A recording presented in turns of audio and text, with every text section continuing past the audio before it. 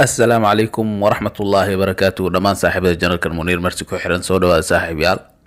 وصاحب كين منير ولكن حبابي وحرجينا انا نوت قبطان الحمد لله انه نوت قبا الهي عافماتك فرحدا iyo nolosha iyo cibaadada ilaahay hanugu toosiyo ama hanu ziyaadiyo ilaahay waxaan ka rajeynaynaa nimcooyinka aan haysano inuu nu ziyaadiyo ilaahay subxaanahu wa tacaala waa ugu mahad celinayna nimcada iyo farxadda iyo wax walba aan haysano waa ugu mahad celinaa allah subxaanahu wa tacaala alxamdulilah ayaan leenahay maxaa yeelay nimcada markii ilaahay subxaanahu wa tacaala loogu shukriyo ilaahay subxaanahu wa tacaala wuu ku ziyaadinayaa صاحب يال أحبابي ما أنتو حان ربا إنا إذن صدو موقال عصب موقال كان وحان وهاد للدونا سدح شيء وهدي أتكبر ورسطو وأتكبر نغطو إلهي سبحانه وتعالى جنة أنكسينا أما الجنة أكو قليسو سدح شيء أيان ربا ما أنتنا موقال كان كغاد سيدا أكتهين إلهي سبحانه وتعالى وحو أوري جنة إيه النار ضدك مؤمنين تأيوانا أكسن مسلمين تأي إلهي سبحانه وتعالى رمي رسول كيسا آخر رمي ilaahay subxaana watacaala isku dhiibay oo cibaadada iyo camalka u gaar yeelay oo khaas yeelay oo ka dhowrsaday xumaanta iyo shirkiga iyo dunuubta waaweyn ilaahay subxaana watacaala mar walba wuxuu ku awaalmariyaa oo uu noo sheegay qur-aankan nooga sheegay jannadana waa wax ugu weyn oo qofka mu'minka uu ku riyoonayo maalinta qiyaamaha walow ilaahay subxaana watacaala raali ahaanshihiisa iyo aragtidiisa ay tahay qofka mu'minka waxa ugu weyn oo qiyaamaha uu rajeynayo uu jecel yahay inuu arko ilaahay subxaana watacaala wejigiisa sidoo kalena janno ayuu helayaa mar hadduu ilaahay subxaana watacaala qiyaamaha ka haraal noqdo janno ayaad helaysaa waa liibaanta ugu weyn ee maalinta qiyaamaha axbaabii saaxiibayaal jannada waxaan aragnaa ilaahay nabiga calayhi salaatu wasalaam inuu noogu sheegayay axaadiis badan qaabab badan yani intaas sheegays haddaad samayso jannaa gelaysaa adkaartaas hadday akhriso aayaddaas hadday akhriso jannaa gelaysaa acmalkaas wanaagsan haddii aad la imaatay jannaa gelaysaa axaadiis badan oo nabiga calayhi salaatu wasalaam laga soo wariyay ayaa jiraan laakiin aniga maanta muuqaalkan waxaan rabaa inaan kusoo duubo ama inaan kaga hadlo xadiis muhiim ah oo nabiga calayhi salaatu wasalaam laga wariyey oo nabiga calayhi salaatu wasalaam noo sheegay marka xadiidka waxaa ku jirta 3 shay oo haddii aan sameyno ilaahay subxaana watacaala jannana siinayo jannada ilaahay subxaana watacaala bixiyo raadahaanshihiisa iyo confirmationkiisa ayaa lagu galaa marka 3dan camal haddii aan sameyno balanqaad ayaan haysanaa ama haddii aan ka bari noqono 3dan shay balanqaad ayaan haysanaa oo nabiga calayhi salaam noo sheegay nabiga calayhi salaamna wuxuu noo sheego mar walba waa xaqiiq maxaa yeelay nabiga calayhi salaatu wasalaam waxa aan waxyi ahayn ama waxaan run ahayn kuma hadlo waa as-saadiqul masduuq hadalkiisana waa maa yantiqu canil hawa waay haba iyo been iyo naftiisa wax jecesha kuma hadlo وما ينطق عن الهوى إن هو إلا وحي يوحى وحي موهي ولوي وحي يذمي وحكى لكم هذا النبي عليه الصلاة والسلام مرك 3 شيء حديث كان وحكى ورينايو النبي عليه الصلاة والسلام ثوبان صحابي الله رضي الله عنه ومولى رسول الله صلى الله عليه وسلم رسولك إلهي موليه سواء مولى رسول الله عليه صلى الله عليه وسلم حديث كان صحيح الترمذي وقرية هاي sidoo kale xadiidkaasoo nooc kale ama qaab kale oo ahna saxiix ibnu maajah ayuu ku qoran yahay nabiga calayhi salaatu wasalaam wuxuu leeyahay man maata wa huwa bari'un min alkibri walghuluuli waddayn dakhala aljanna xadiidka waa marka uu saxiix tirmidhi ku qoran yahay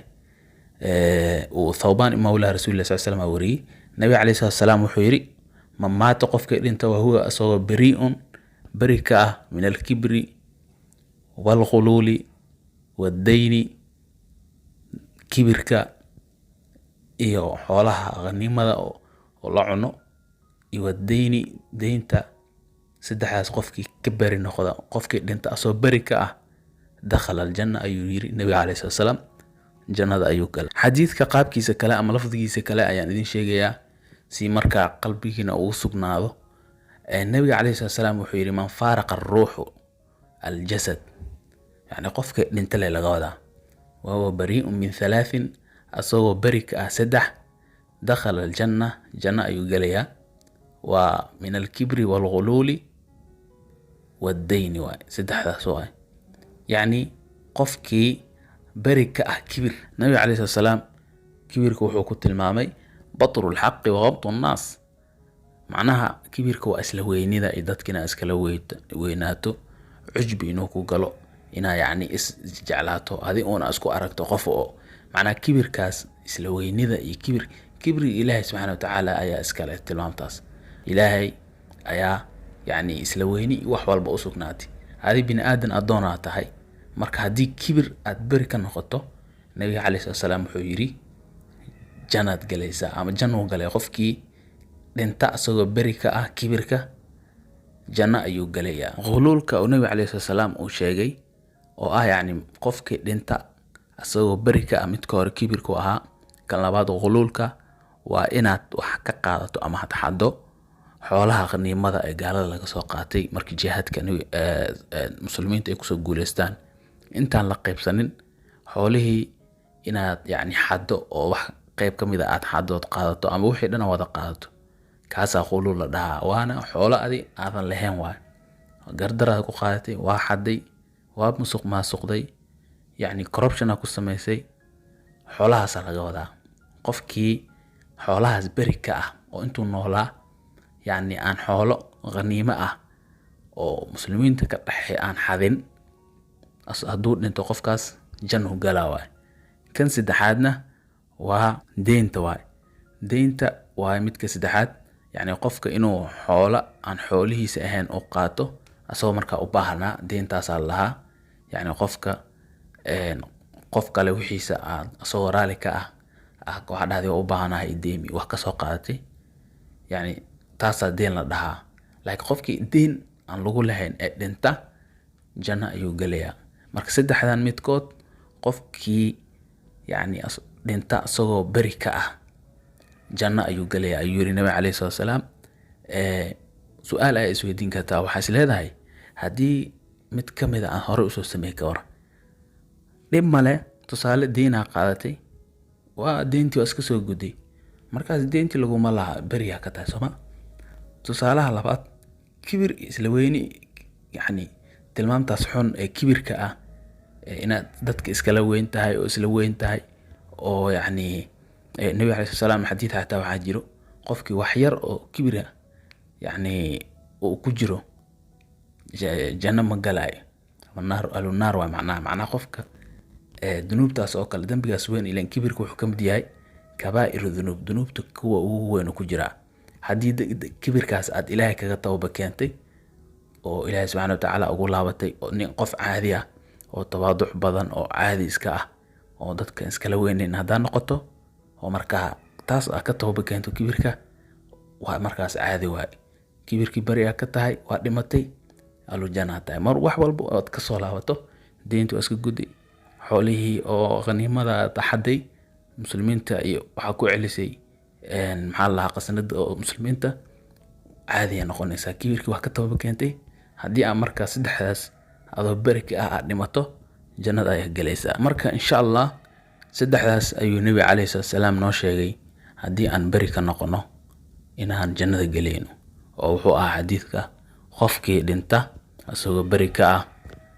saddexdaas shay kibirka qululka oo xoolaha qaniimada ee muslimiinta ay gaala ka soo qaateen ee ka soo qaniimaysteen wax ka xado oo kale hadii aad bari ka tahay kibirka aad bari ka tahay xoolahaas barida ka tahay deynta oo dadka xoolaha iska guday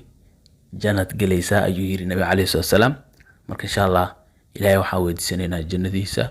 iyo naxariistiisa iyo dambi dhaafkiisa ilaahay